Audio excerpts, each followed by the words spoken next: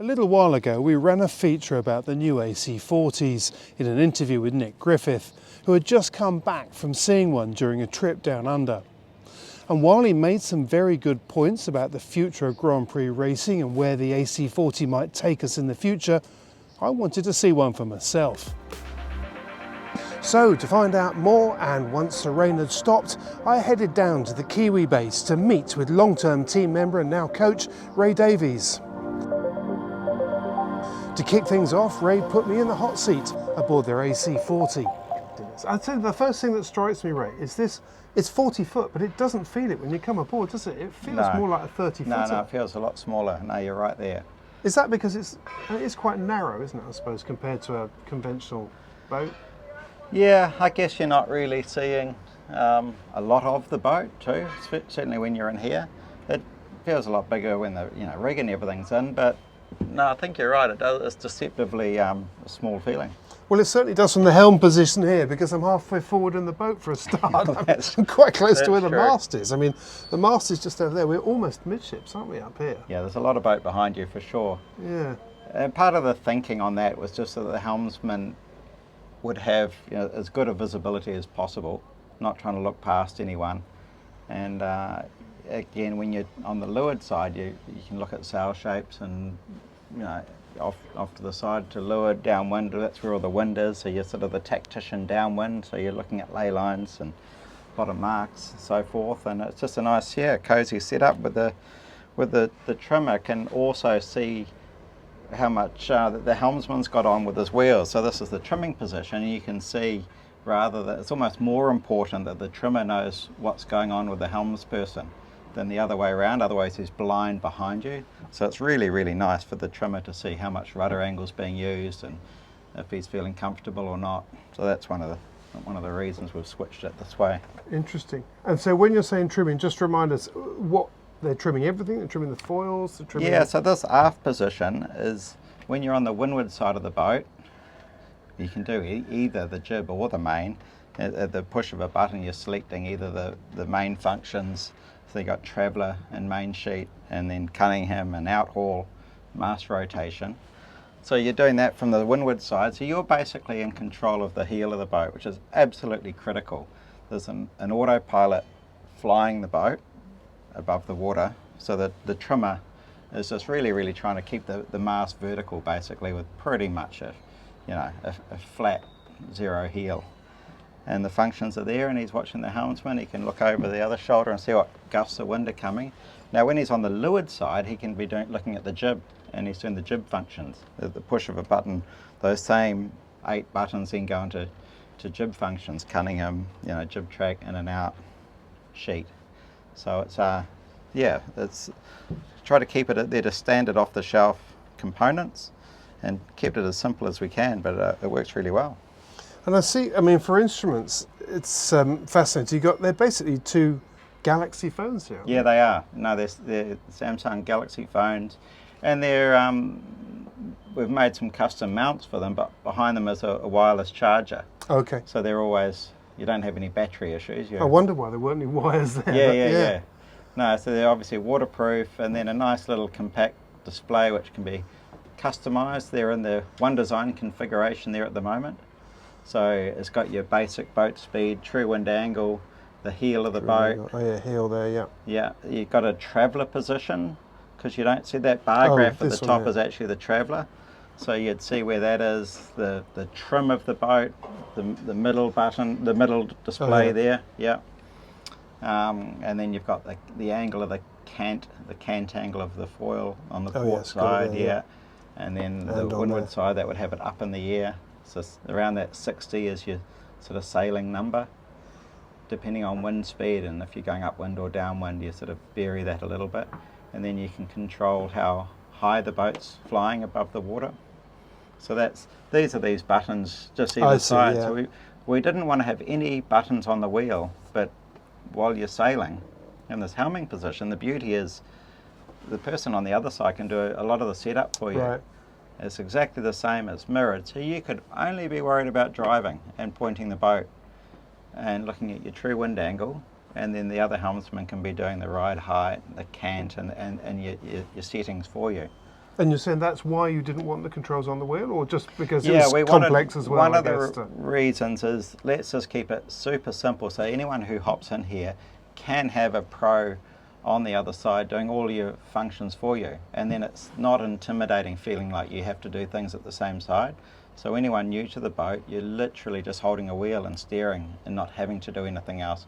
But at the touch of a button just off the edge of the wheel, you can make your own adjustments as well. So for example, you've got your height button, that's you're adjusting the autopilot to fly the boat a bit higher. Okay. So if you're feeling that the conditions are nice and you're looking up the track, there's some nice flat water, you can go, let's jack the height up a little bit more. Right, so you just be putting it there. And then on this side, for example, the trim is the bow down or up, so you can go bow up, bow down. And then the board up, board down. So if you're going into attack, you'd say, okay, stand by attack, dropping the board, 3, 2, 1, push done. Yep, that's what you have to do. Hit that. The board will go down to its setting. Once it's down and in the water, you go, okay, that should have attached the flow. You turn into the tack, and you're done. Then you let go. You're on the leeward side now. So now you're on the leeward side, and you're going to tack back the other way. So the other guy, so board going down. He'll drop the board for you. Now you've turned through head to wind, you take over control and then go board up. Okay, yeah. And now your board will come up. So you're just doing your board up and down. Right. And only worrying about that. And what's the maximum on the wheel? Are we talking about from there to there? Yeah, Or yeah. So you're really only... Yeah, exactly. Right. And the wheel's shaped that way so you can see your displays through the wheel and not having it impinge on your view. Yeah. So like any boat, you'd have a little bit of weather helm, so you got a little bit of wheel, that just a little bit like that. You're steering sort of, just a touch. And how much feedback is there through the wheel? Exactly the same as what you'd feel. What you'd expect. Yeah, the ratios are set, so you're getting, you know all about it. If there's if the boat's out of balance, if there's too much, if your jib's too big and not enough main shed on, you'll feel the bow pulling down, so you're steering against that with more right hand down. Right. But then next thing you're the other way around, you're too aft loaded, or next thing you're turning the other way. Right. And so you feel it more than a normal boat because the hull is not really keeping you straight. Right. You're sort of pivoting around the foil, so you do notice that. And and so when the other guy's helming, is this disengaged or no, it's still there? So you're connected. Still seeing what he's seeing. So just like dual controls in a plane. Yeah, exactly. Just the same. And so it's quite good if you're going around a mark, if you're doing a right turn, for example, and he can't see the mark you're going around, you can just assist with the steering and talk him around, okay, bearing away, 2, 1, and give it a little kick so he knows, and then you go anywhere you like, and you're off around the mark. Yeah. I mean, certainly to anybody who flies light aircraft and two-seaters, I mean, that's pretty normal. I mean, that's how you teach people, is that they follow through, and when you're teaching them, they're holding lightly, and if you're the instructor, you're driving, and they're following through to get a feel for how, and then they go, right, you have control, but they're there to back you up. So it's quite a normal process. And it's so natural. You're looking like any other boat. You can tell if the bow's off one way because you're looking at the horizon through the forestay. You can tell if you're going ahead or behind, even though the speeds are really quick. You can see the land moving, so you can judge a dip really, really accurately, and it's just such a natural position. You're out of the wind. What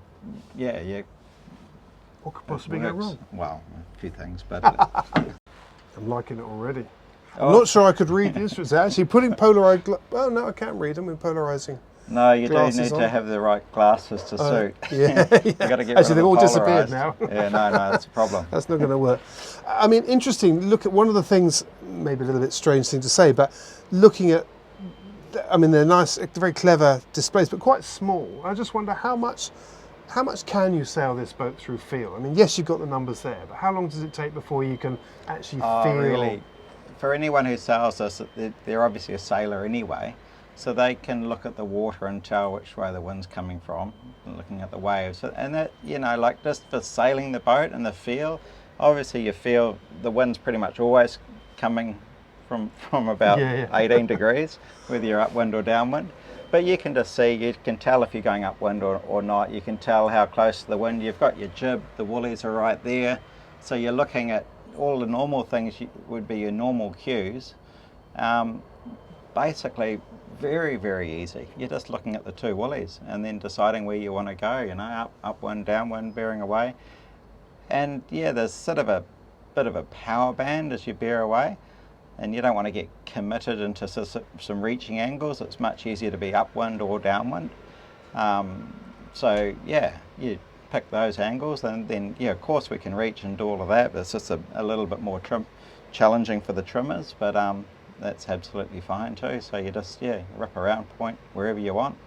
How easy is it? I mean, I've sailed some foiling boats, and particularly some of the offshore ones, like the big L teams and the rest of it. What struck me about those is that because you're aiming to sail the boat level all the time, you sort of lose quite a lot of those cues where normally if a gust hits, the boat starts to heel, your instinct is to bear away and level it up. Yeah, What's it like here? Because these boats have to be sailed level pretty much all the time, don't they? No, well, that's one of the reasons why we have that traveller bar graph there, so you can sort of see where without him having to talk, you can tell if he's already pulling the traveller up around your ears, and if he's maxing out, then you're going to have to turn up a bit to get a bit more power. So very, very important is the communication between the four. So you've got your helmet on, headset, communication, you sort of shut down all the other noise around and just having a chat. So the dialogue is important from the trimmers to sort of say how much power they got, and you know, if you can sail deeper downwind or not, or I'm on the edge, no lower than this. You feel it pretty quickly if you're sailing too low and you run out of power. Obviously, you know, start leaning to windward, and then it's the natural thing to turn up and hook up that power. If you turn up too far, well then the main sheet trimmer's easing the traveller down, then you'll see it on your bar graph. He'll say, look, you know, you can go deeper if you want. So it becomes really, really natural really quick. That angle of heel is your cue, and yeah, the trimmer just helps to talk about where he's at with his power settings. And so downwind it is the same as a high performance boat, and gust hits you, you'll tend to bear off a little bit if yeah, absolutely, yeah, you peel off and get carted off downwind, and yeah, pretty much all the gusts are all downwind of you. You're leaving everything behind. It's all I would imagine the big difference is that what I noticed on the multi-hulls, the big difference is that when you do get hit by a gust, the boat accelerates so much faster when you're on foils than when you're actually in displacement mode, that actually you don't end up bearing off that much because you're generating more, because you're going faster, you generate more lift from the foils and you get more stability. I guess that's the same with this, is it? No, it's exactly the same. You just generate more speed. There's the old saying, never chase a dying breeze. Well, that's not the case anymore. We can chase a dying breeze and catch up to it. Well, it's certainly it's absolutely fascinating. It's really quite snug. It's actually, you know, in that nosedive that you guys did a little while ago, that looked pretty dramatic. Do you have, I mean, what's to stop you being thrown forward and holding onto the wheel? You're holding on, you have a good feel, like it's really sturdy. So you're holding onto that, and you know, just embrace your feet can be touching the front of the cockpit. It's compared to any other boat, you know, you're locked in. Your feet forward. We learned that sailing around the world.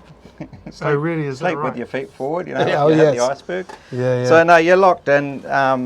You know, the seats are adjustable, so you'd custom set it up for each individual sailor. Because you don't move, we can come back on the setting that you're in. You can come back another 120 mil. Okay. Up and down as well. There's a bunch of spaces, so we could jack you up about another 60 mil, all within the settings. So at the moment, the guys have got it dropped right down as slow as possible.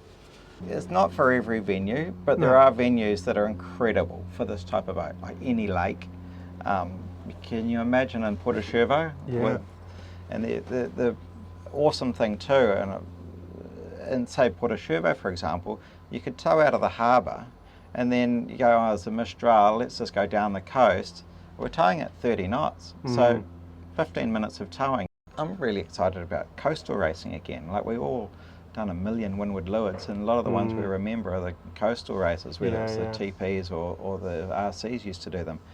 And coastal races in these would just be next level. Yeah.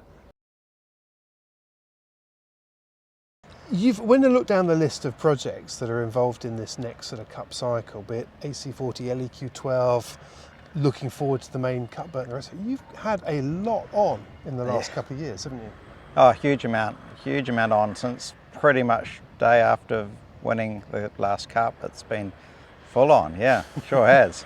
So where are we at the moment? Where are you at now at this point? Yeah, well, yeah, what we've bitten off has been pretty ambitious, but we're ticking off a lot of our objectives. We've got obviously the AC40 as we see here. 11 of them are under construction now. The 11th one is under construction. Yeah, the hydrogen chase boat, that was a huge challenge in many aspects, but we've proven it to work, and now we're going to see them in Barcelona on the course as the future type of chase boat. Really clean, green, efficient option. Amazing boat to be in, seriously. Obviously, the actual venue and actually hosting the America's Cup and figuring out how to fund it and pull that all together as an event side of it's just been a monumental task, and that's all on track. Obviously the land speed was a great fun project in the middle of all of that as well, and yeah, good to have the world record now there. Then obviously developing and designing and developing the new AC75, and then a couple of little mods to our old boat, and we'll start sailing that again soon as well. So yeah, it's been pretty busy. And you've had an LEQ12 in there as well, haven't you? The LEQ12, which is an AC40 just taken out of the class rule, so we can develop our own devices on board there and figure out how to sail it in a manual environment as opposed to using autopilot all the time. So that's been huge from a testing perspective. And we've had the female sailor Liv Mackay on there, and she's done an amazing job, and Leonard Takayashi's done an awesome job too, hopping on for their first time and proving this whole youth and women's pathway to the America's Cup has been really exciting. Huge amount of work there as well, talking to the new teams, making sure they're going to be viable teams, and that's all going to get announced shortly as well. So huge amount of interest there, very exciting as a proper new pathway. Now you've been out, most recently we've seen you sailing with the AC40 and the LEQ12 out together, out in the Gulf. Yeah. What's happened to that now? I gather you're not sailing that anymore, you're on to the next phase. What happens next? No, we've just come out of a 2-boat sailing block with the LEQ and then the other boat in a One Design AC40 configuration, and that's been great for doing some actual match racing, pre-starts, sailing in close quarters with another boat, working on the communication and just getting used to racing again, and doing it a year and a half out from the Cup, whereas last campaign we did a little bit against the chase boat and Louis Vuitton series, Challenger series, the Christmas Cup prior to. So no, we've really stepped up our racing capacity in this edition.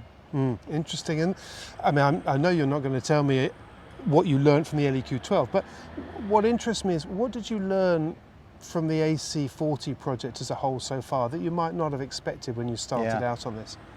No, well, yeah, for sure. The way the rules have been written this time is you're quite limited with what you can do with your old AC75. The rules were really written to encourage people to have these smaller test boats. So teams have gone down different paths and avenues to learn on the smaller versions. And so, yeah, this has been ticking all the boxes for us to learn, what it's like sailing in waves. It's going to be challenging in Barcelona, so we've had a taste of that in these small boats.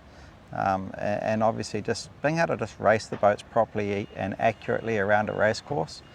The communication involved in that and the different sort of sailing styles we could look at having going forward. So yeah, it's ticking all the boxes for that, and just then obviously you're into your foil development and your sail development, and it's a great platform for all of that.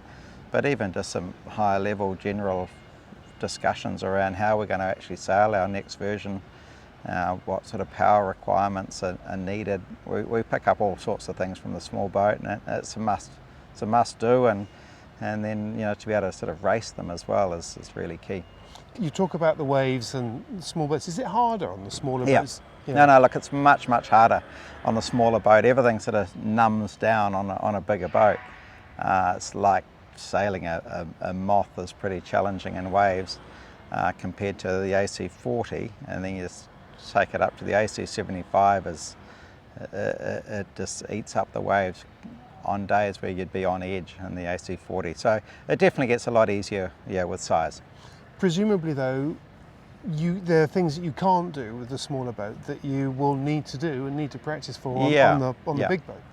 Yeah, we'll put our big boat from the last cup back in the water in a few weeks, and primarily just to check back in at full scale. We've got a different sort of a drive train on that, trying to learn about what sort of hydraulic requirements, what could we do better than last time. Obviously you're allowed to cycle again, and it's kind of a bit of a no-brainer that was good for us in Bermuda, so teams have the option of doing whatever they like, and you've got to try these things at full scale to see if it's beneficial. And presumably, yes, because you're not doing that with the AC40, you're stuck in each side of the boat, and it's push button anyway. Yeah. Presumably there are still some things that will be out, or that the jury will be out on, I guess, or decisions to be made across not just you guys, but across the whole fleet as to whether teams run with cockpits on either side and housing, whether they have crew running across. I guess those are all considerations. Yep, no, it's wide open with what you can do. The cockpit size is quite restricted in the rule. There's some sort of minimum sizes, and there's requirements to be able to get the crew out in a capsize scenario. So you can't hide your crew completely down below. So even though it's sort of quite open design space, I think the teams will naturally come together on the sort of cockpit layout, but it'll be interesting to see. Do you think we will still see people running from side to side through Yeah, tacks? I think so. I think there'll be potentially a bit of that still. There's some benefits for that way of sailing, but benefits for all staying put too. So I think the jury's still out on that one. How hard is it? I mean, so you've outlined the key areas that you've been sort of working on, but given that the ultimate goal is to then, you've got to create a cup-winning AC75 at the end, there's an awful lot of variables to sort of try and juggle around. I mean, how hard is that? Because at some point, I guess you've got to validate what you've got to be able to make sense of what you're seeing anyway, to make sure that that's absolutely being, the designers can trust the data they're looking at. How difficult is it to keep all those sort of elements in place? It's a great question. It really is quite challenging. You do have to spend a lot of your time just validating your design tools and getting confident in the tools that you're using, and you're developing them all the time and making sure there's not bugs in the software, which I'm sure all the teams have seen that, and things don't quite always line up between the simulator and reality. So we've spent a huge amount of time over the years developing our tools and our understanding, because at the end of the day it is a design race. As you know, the fastest boats always won. The pyramid's getting sort of more towards the point. I think the performance will be much similar this time around, so we've got to be able to race really well, but for sure huge amount of effort from all of the teams into the nuances and just making small gains from what was happening in the last edition. It's a lot of time spent just validating your tools and then really just trusting what the designers pull out of there. Yeah, well, I can imagine somewhere on the production office wall there's a massive Gantt chart with lots of colours and blocks and things happening. But how many times do you... I mean, how often is it that you have to stand back and go, whoa, hang on a minute, we thought that's where we were going, but we've discovered this. We're now having to reorganise. Yeah, your timelines are absolutely critical to fit within budgets and what's actually achievable from the manufacturing side of it. The design, again, it's been really good to have a few of these projects straight after the last cup. Be it the hydrogen chase boat, was a lot of planning, building on time, on budget, and the land speed was fantastic for that, just to keep that design and production team churning over and getting used to working together. Obviously the AC40 as well, with challenges of getting them built remote. So that's all such a vital part of winning the America's Cup, is to be able to design and build your kit. It's not just about the sailors and the icing on the cake that we all see on TV. It's a huge amount of work behind the scenes, and really the Cup's won or lost well before the event. The sailors are all at a similar level of ability that, again, the fastest boat will win. I'm glad you said that, because it makes me feel better about being nerdy about following all the details right now. Because if it's been won now, it's all the more reason to watch it. 100%, and always has been. It's won on the design floor, and the discussions with the sailors and the designers about steering a path of where the team should go.